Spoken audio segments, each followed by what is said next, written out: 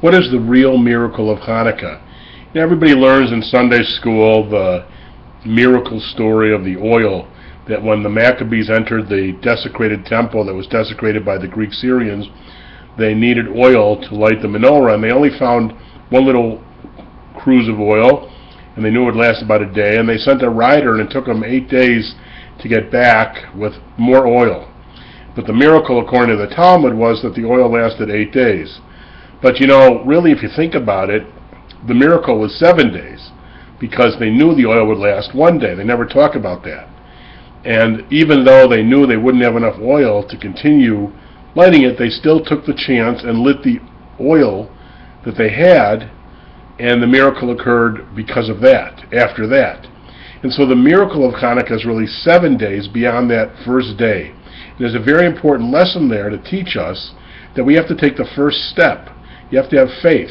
It goes back to the story of the Exodus, when the Israelites were confronted with the sea in front of them and the approaching Egyptian army, and they cried out. Moses cried out to God, and God said, "Why are you crying to me?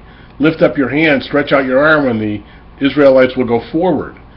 And they took the step, and there's a midrash, a rabbinic legend, that Nachshon ben Aminadav had faith, and he went into the water, and he almost drowned, and then as soon as the water got up to his mouth, the Red Sea split. It's to teach us these vital lessons, that we have to take the first step. The old statement that God helps those who help themselves. That is the real miracle of Hanukkah. We can't depend on miracles. There's a statement in the Talmud that says, "Ein somchim al hanes," you can't depend on miracles.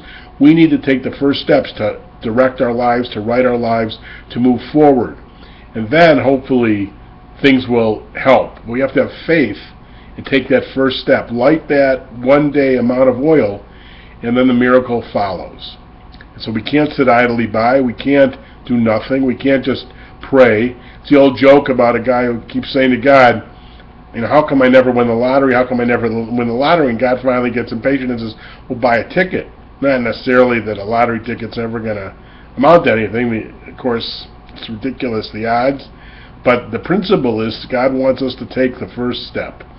And so the real miracle of Hanukkah to think about is the power of the lesson of doing something. If Judah and Maccabee and his brothers had not taken the steps, they would still be sitting under the sovereignty and oppression and cruelty of the Greeks, Syrian army in 165 BCE. It would have never achieved sovereignty, and history would be completely different. This is a vital lesson for the story of Hanukkah.